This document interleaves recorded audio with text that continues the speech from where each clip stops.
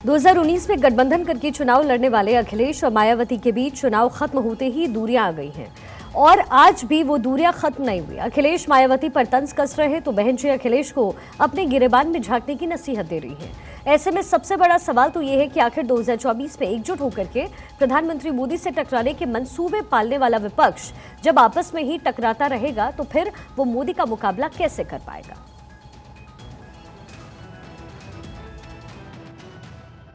लोकसभा चुनाव, SP BSP में तनाव।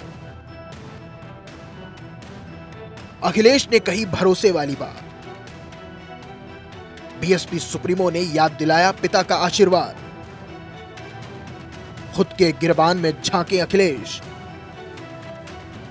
दामन कितना दागदार, दोनों के बीच क्या कलेश।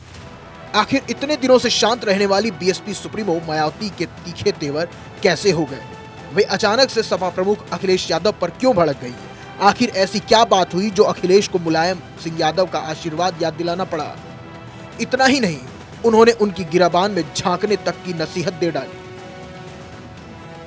इन सवालों के जवाब एक ही शब्द में खत्म नहीं होंगे, क्योंकि इतने सवाल यूं ही तो खड़े नहीं हुए होंगे। आखिर अखिलेश ने ऐसा क्या कहा होगा जिससे बीएसपी सुप्रीमो मायावती को ट्विटर पर आकर सपा प्रमुख को समझाना पड़ा?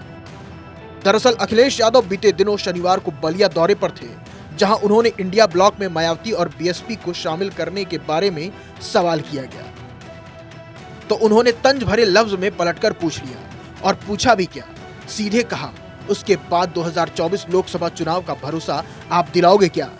बात भरोसे की है, अगर वो आती हैं तो आप में से कौन भरोसा दिलाएगा? हाल ही में हुई इंडिया ब्लॉक की बैठक में अखिलेश यादव ने बीएसपी को शामिल करने के प्रति असहमति जताई थी। है तो क्या अगर मायावती इस गठबंधन में जुड़ती है तो ये इंडिया गठबंधन के लिए फायदा होगा या नहीं होगा? उसके बाद का भरोसा आप दिलाओगे? बाद का भरोसा आप में से कौन दिलाएगा?